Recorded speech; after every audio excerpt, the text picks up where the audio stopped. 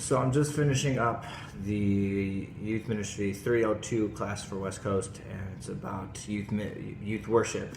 And I know I've talked about this pretty much through the whole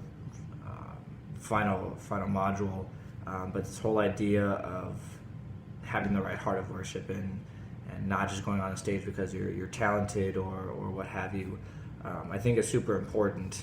I know my time in my old youth group, I saw either students who were on the stage for probably the wrong reasons, or people that expressed they had an interest in worship, or they had a lot of talents and giftings, but because they didn't have a heart of worship, they didn't have like a private lifestyle of worship, they were kind of halted and hindered from expressing those gifts, because you don't want to put somebody on the stage prematurely. So this whole idea of being able to teach a students to have the private worship, a private life of worship, and the heart of just seeking after God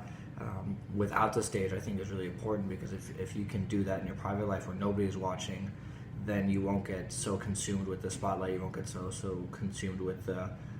crowd and the popularity and everything comes with being a worship leader and youth group, or just a regular church.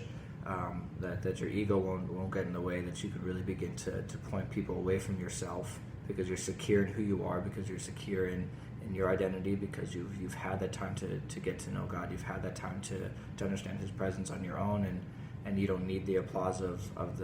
the crowd, you don't need the spotlight of the stage. You just need that private life throughout the week, so then the stage on a Sunday morning or Wednesday night or whatever service you're doing just becomes another time where you're worshiping God, and so spotlight doesn't change anything.